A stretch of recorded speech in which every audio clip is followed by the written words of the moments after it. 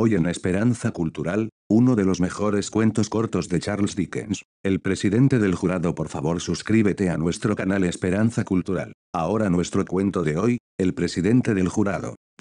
Han pasado ya algunos años desde que se cometió en Inglaterra un asesinato que atrajo poderosamente la atención pública. En nuestro país se oye hablar con bastante frecuencia de asesinos que adquieren una triste celebridad. Pero yo hubiese enterrado con gusto el recuerdo de aquel hombre feroz de haber podido sepultarlo tan fácilmente como su cuerpo lo está en la prisión de Newgate. Advierto, desde luego, que omito deliberadamente hacer aquí alusión alguna a la personalidad de aquel hombre. Cuando el asesinato fue descubierto, nadie sospechó o, mejor dicho, nadie insinuó públicamente sospecha alguna del hombre que después fue procesado. Por la circunstancia antes expresada, los periódicos no pudieron, naturalmente, publicar en aquellos días descripciones del criminal. Es esencial que se recuerde este hecho. Al abrir, durante el desayuno, mi periódico matutino, que contenía el relato del descubrimiento del crimen, lo encontré muy interesante y lo leí con atención. Volví, incluso, a leerlo otra vez, o quizá dos. El descubrimiento había tenido lugar en un dormitorio.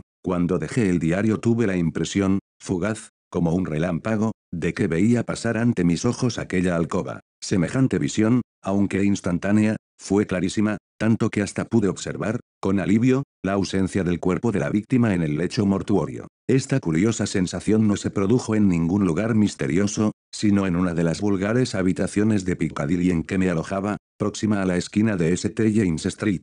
Y fue una experiencia nueva en mi vida. En aquel instante me hallaba sentado en mi butaca, y la visión fue acompañada de un estremecimiento tan fuerte, que la desplazó del lugar en que se encontraba, si bien procede advertir que las patas de la butaca terminaban en sendas ruedecillas. A continuación me acerqué a una ventana. La habitación, situada en un segundo piso, tenía dos, a fin de tranquilizarme con la visión del animado tráfago de Piccadilly. Era una luminosa mañana de otoño y la calle se extendía ante mí resplandeciente y animada. Soplaba un fuerte viento. Al asomarme, el viento acababa de levantar numerosas hojas caídas en el parque, elevándolas y formando con ellas una columna en espiral. Cuando la columna se derrumbó y las hojas se dispersaron, vi a dos hombres en el lado opuesto de la calle, caminando de oeste a este. Iban uno tras otro. El primero miraba con frecuencia hacia atrás, por encima del hombro. El segundo lo seguía a una distancia de unos 30 pasos, con la mano derecha levantada amenazadoramente. Al principio, la singularidad de tal actitud en una avenida tan frecuentada atrajo mi atención,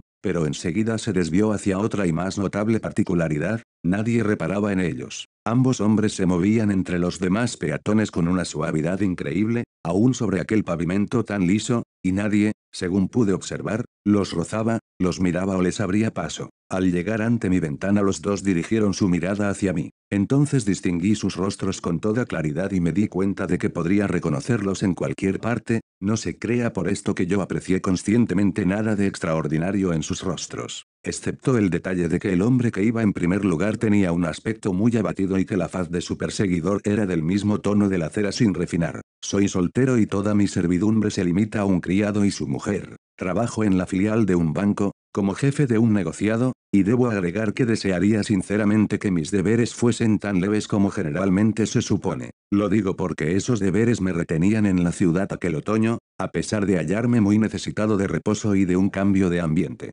No es que estuviese enfermo, pero no me encontraba bien. El lector se hará cargo de mi estado si le digo que me sentía cansado, deprimido por la sensación de llevar una vida monótona y ligeramente dispéptico. Mi médico, hombre de mucho prestigio profesional, me aseguró, a requerimiento mío, que este era mi verdadero estado de salud en aquella época, que no padecía ninguna enfermedad ni grave depresión, y yo cito sus palabras al pie de la letra. A medida que las circunstancias del asesinato iban intrigando gradualmente al público, yo procuraba alejarlas de mi cerebro tanto como era posible alejar un objeto del interés y comentarios generales. Supe que se había dictado un veredicto previo de asesinato con premeditación y alevosía contra el presunto criminal, y que éste había sido conducido a Newgate para que estuviese presente cuando se dictara sentencia definitiva. Me enteré, igualmente, de que el proceso quedaba aplazado para una de las próximas audiencias de la Sala Central de lo Criminal, fundándose en algún precepto de la ley y en la necesidad de dejar tiempo al abogado para preparar la defensa. Es posible también que yo me enterase, aunque creo que no, de la fecha exacta o aproximada en que debía celebrarse la vista de la causa. Mi salón, dormitorio y tocador se encuentran en el mismo piso. La última de dichas habitaciones solo tiene entrada por el dormitorio. Cierto que tiene también una puerta que da a la escalera, pero, en el tiempo que nos ocupa, hacía años ya que mi baño la obstruía, por tanto la habíamos inutilizado, cubriéndola de arpillera claveteada. Una noche, ahora bastante avanzada, estaba yo en mi alcoba, dando instrucciones al criado antes de acostarme, la puerta que comunicaba con el cuarto de baño que daba frente a mí, en aquel momento estaba cerrada. Mi criado daba la espalda a la puerta, y he aquí que, de repente, vi abrirse aquella puerta y aparecer a un hombre que reconocí en el acto y que me hizo una misteriosa señal. Era el segundo de los dos que caminaban aquel día en Piccadilly, el que tenía la cara del color de la cera sin refinar. Hecho aquel signo, la figura retrocedió y cerró la puerta de nuevo. Rápidamente me acerqué a la puerta del tocador, la abrí y miré. Yo tenía en la mano una vela encendida. No esperaba encontrar a nadie allí, y, en efecto, no encontré a nadie. Comprendiendo que mi criado estaba sorprendido, me volví hacia él y le dije, ¿creería usted, Derrick, que a pesar de encontrarme en la plenitud de mis facultades he imaginado ver, al hablar, apoyé mi mano en su hombro? Con un repentino sobresalto, él exclamó, oh, Dios mío, sí, ¿ha visto usted a un muerto que le hacía señales? No creo que Juan Derrick, devoto y honrado servidor mío durante más de 20 años, hubiese captado la situación antes de que yo lo tocase. Su reacción, cuando apoyé mi mano sobre él, fue tan súbita, que albergo la firme certeza de que la provocó aquel contacto. Pedí a Derrick que me trajese coñac, le ofrecí una copa y yo tomé otra. No le dije ni una palabra sobre lo que me había sucedido anteriormente. Me sentía seguro de no haber visto nunca aquel rostro fantasma, salvo la mañana de Piccadilly. Pasé la noche muy inquieto, aunque sintiendo cierta certidumbre, difícil de explicar, de que la aparición no volvería. Al apuntar el día caí en un pesado sueño, del que me despertó Derrick cuando entró en mi habitación con un papel en la mano. Aquel papel había motivado una ligera discusión entre su portador y mi sirviente. Era una citación para concurrir como jurado a una próxima sesión de la audiencia. Yo nunca había sido requerido como jurado, y Juan Derrick lo sabía. Él opinaba a uno y no sé a punto fijo si con razón o no que era costumbre nombrar jurados a personas de menor categoría que yo y no quiso, en consecuencia, aceptar la citación. El hombre que la llevaba tomó la negativa de mi criado con mucha frialdad. Dijo que mi asistencia o no asistencia al tribunal le tenía sin cuidado, y que su cometido se limitaba a entregar la citación. Durante un par de días estuve indeciso entre asistir o no. No sentí, en verdad, la menor influencia misteriosa en ningún sentido. Estoy tan absolutamente seguro de esto como de todo lo que estoy narrando. Por último, resolví asistir, ya que de este modo rompería la monotonía de mi vida. La mañana de la cita resultó ser una muy cruda del mes de noviembre. En Piccadilly había una densa niebla que se oscurecía por momentos hasta adquirir una negrura opresiva. Cuando llegué al Palacio de Justicia, encontré los pasillos y escaleras que conducían a la sala del tribunal iluminados por luces de gas. La sala estaba alumbrada de igual modo. Creo sinceramente que hasta que los ujieres no me condujeron a ella y vi la concurrencia que se apiñaba allí, no recordé que la vista del proceso por el mencionado asesinato se celebraba aquel día. Incluso me parece que hasta que, no sin considerables dificultades por el mucho gentío, fui introducido en la sala de lo criminal, ignoré si se me citaba a esta o a otra. Pero lo que ahora señalo no debe considerarse como un aserto positivo, porque este extremo no está suficientemente aclarado en mi mente. Me senté en el lugar de los jurados y, mientras esperaba, contemplé la sala a través del espeso vapor mixto de niebla y vaho de respiraciones que constituía su atmósfera. Observé la negra bruma que se cernía, como sombrío cortinón, más allá de las ventanas, y escuché el rumor de las ruedas de los vehículos sobre la paja o el serrín que alfombraba el pavimento de la calle.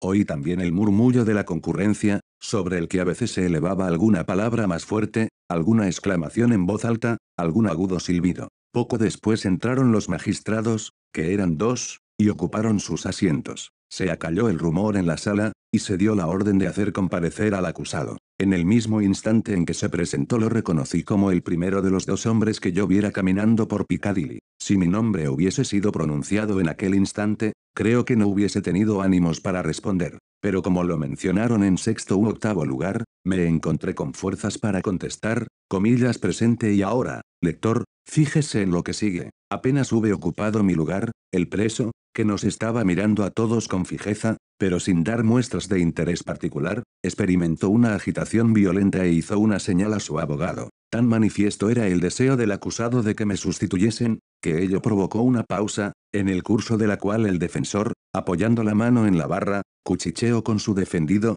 moviendo la cabeza. Supe luego por el propio abogado que las primeras y presurosas palabras del acusado habían sido estas: haga sustituir a ese hombre como sea. Pero, al no alegar razón alguna para ello, y habiendo de reconocer que no me conocía ni había oído mi nombre hasta que lo pronunciaron en la sala, no fue atendido su deseo. Como no deseo avivar la memoria de la gente respecto a aquel asesino, y también porque no es indispensable para mi relato narrar al detalle los incidentes del largo proceso, me limitaré a citar las particularidades que nos acontecieron a los jurados y a mí durante los 10 días, con sus noches, en que estuvimos juntos. Mencionaré, sobre todo, las curiosas experiencias personales que atravesé. Es en este aspecto, y no acerca del asesino, sobre lo que quiero despertar el interés del lector. Me designaron presidente del jurado. En la segunda mañana del proceso, después de invertir más de 2 horas en examinar las piezas de convicción, yo podía saber el transcurso del tiempo porque oía la campana del reloj de una iglesia.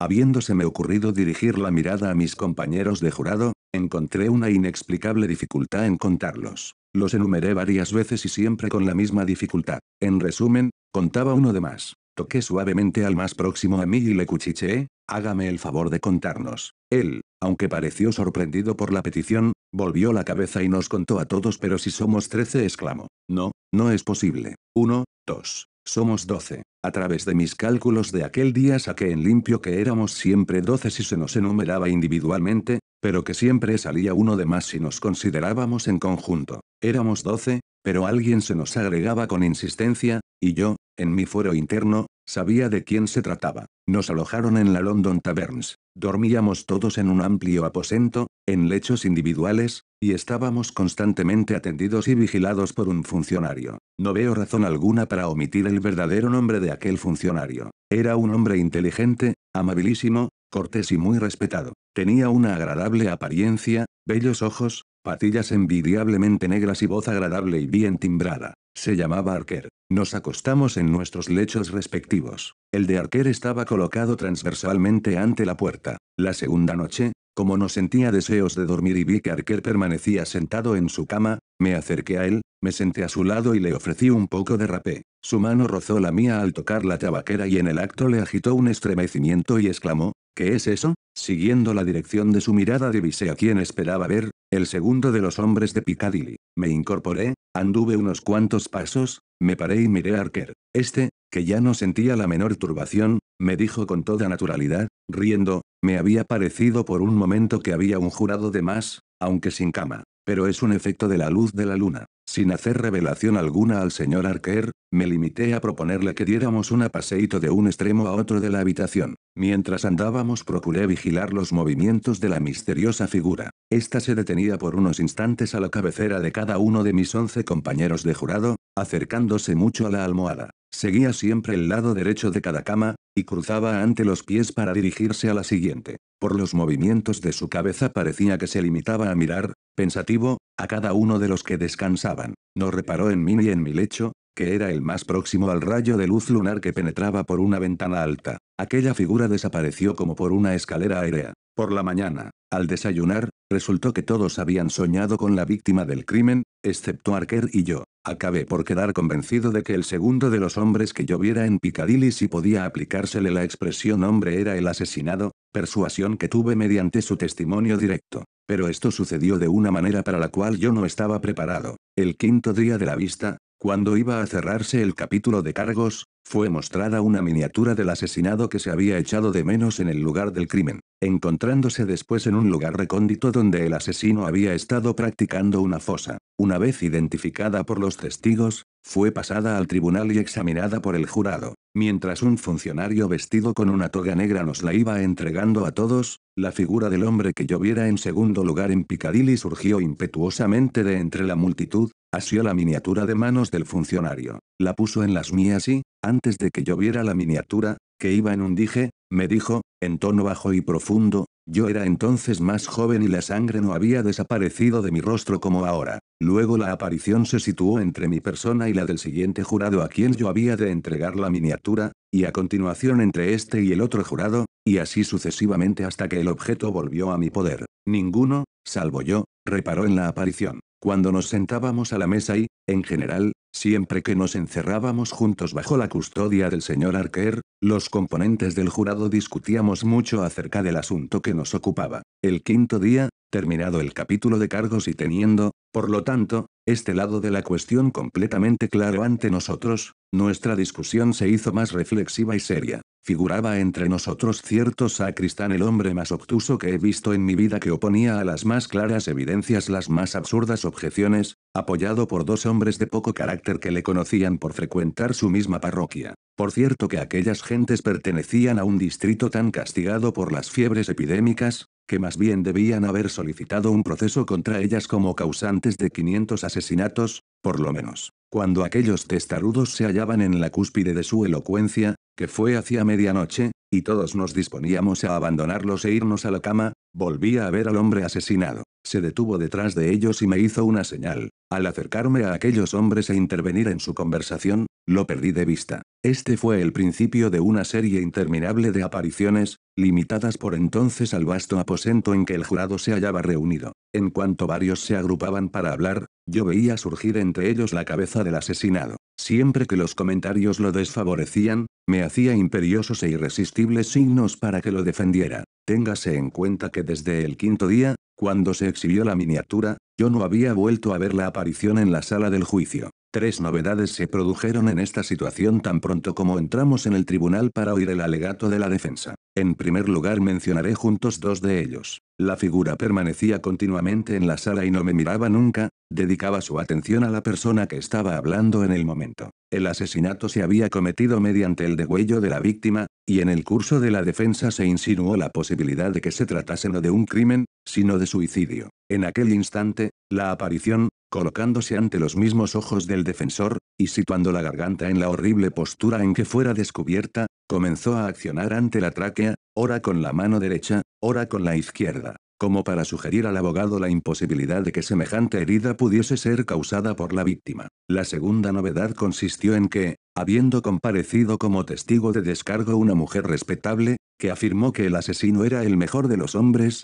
la aparición se plantó ante ella, mirándola al rostro, y señaló con el brazo extendido la mala catadura del asesino. Pero fue la tercera de las aludidas novedades la que consiguió emocionarme con más intensidad. No trato de teorizar sobre ello, me limito a someterlo a la consideración del lector. Aunque la aparición no era vista por la persona a quien se dirigía, no es menos cierto que tal persona sufría invariablemente algún estremecimiento o desasosiego súbito. Me parecía que a aquel ser le estuviera vedado, por leyes desconocidas, hacerse visible, pero por el contrario podía influir sobre sus mentes. Así, por ejemplo, cuando el defensor expuso la hipótesis de una muerte voluntaria y la aparición se situó ante él realizando aquel lúgubre simulacro de degüello, es innegable que el defensor se alteró, perdió por unos instantes el hilo de su hábil discurso, se puso extremadamente pálido y hasta hubo de secarse la frente con un pañuelo, y cuando la aparición se colocó ante la respetable testigo de descargo, los ojos de ésta siguieron, sin duda alguna, la dirección indicada por el fantasma y se fijaron, con evidente duda y titubeo, en el rostro del acusado. Bastarán, para que el lector se haga cargo completo de todo, 2 detalles más. El octavo día de las sesiones, tras una pausa que hacía diariamente a primera hora de la tarde para descansar y tomar algún alimento, yo regresé a la sala con los demás jurados poco antes que los jueces. Al instalarme en mi asiento y mirar en torno, no distinguí la aparición, hasta que, alzando los ojos hacia la tribuna, vi al espectro inclinarse por encima de una mujer de atractivo aspecto, como para asegurarse de si los magistrados estaban ya en sus sitiales o no. Inmediatamente, la mujer lanzó un grito, se desmayó y hubo que sacarla de la sala. Algo análogo sucedió con el respetable y prudente juez instructor que había incoado el proceso. Cuando la causa estuvo concluida y él comenzaba a ordenar los autos correspondientes, el hombre asesinado, entrando por la puerta de los jueces, se acercó al pupitre y por encima de su hombro miró los papeles que hojeaba el magistrado. En el rostro del magistrado se produjo un cambio, su mano se detuvo, su cuerpo se estremeció con el peculiar temblor que yo conocía tan bien, y al fin hubo de murmurar: «Perdónenme unos momentos, señores. Este aire tan viciado me ha producido cierta opresión». No se repuso hasta después de beber un vaso de agua. A través de la monotonía de 6 de aquellos interminables días, siempre los mismos jurados y jueces en el estrado, el mismo asesino en el banquillo, los mismos letrados en la barra, las mismas preguntas y respuestas elevándose hacia el techo de la sala, el mismo raspar de la pluma del juez, los mismos ujieres entrando y saliendo, las mismas luces encendidas a la misma hora cuando el día había sido relativamente claro, la misma cortina de niebla fuera de la ventana cuando había bruma, la misma lluvia batiente y goteante cuando llovía, las mismas huellas de los pies de los celadores y del acusado sobre el serrín, las mismas llaves abriendo y cerrando las mismas pesadas puertas, a través, repito, de aquella fatigosa monotonía que me llevaba a sentirme presidente de jurado desde una época remotísima,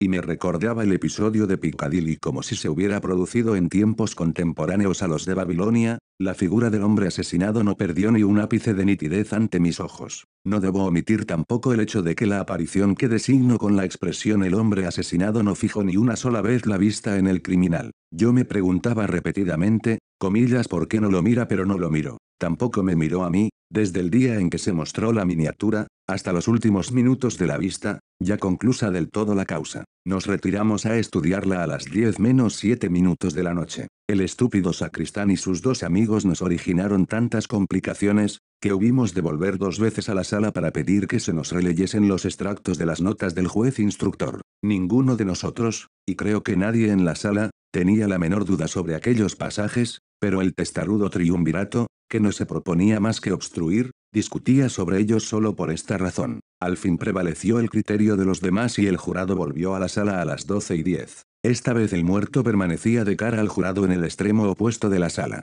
Cuando me senté, sus ojos se fijaron en mí con gran detenimiento. El examen pareció dejarlo satisfecho, porque a continuación extendió lentamente, primero sobre su cabeza y luego sobre toda su figura, un amplio velo gris que llevaba al brazo por primera vez. Cuando yo emití nuestro veredicto de culpabilidad, el velo se dibujó, todo desapareció ante mis ojos, y el lugar que ocupaba el hombre asesinado quedó vacío. El asesino, interrogado por el juez, como de costumbre, acerca de si tenía algo que alegar antes de que se pronunciase la sentencia, murmuró algunas confusas palabras que los periódicos del día siguiente calificaron de breves frases titubeantes, incoherentes y casi ininteligibles, en las que pareció entenderse que se lamentaba de no haber sido condenado con justicia, ya que el presidente del jurado estaba predispuesto contra él. Pero la extraordinaria declaración que el acusado hizo en realidad fue esta: señoría, me constaba que yo era hombre perdido desde que vi sentarse en su puesto al presidente del jurado. Me constaba, señoría, que no permitiría que saliese libre, porque, antes de que me detuviesen, él, no sé cómo, penetró una noche en mi habitación, se acercó a mi cama, me despertó y me pasó una cuerda alrededor del cuello. Fin.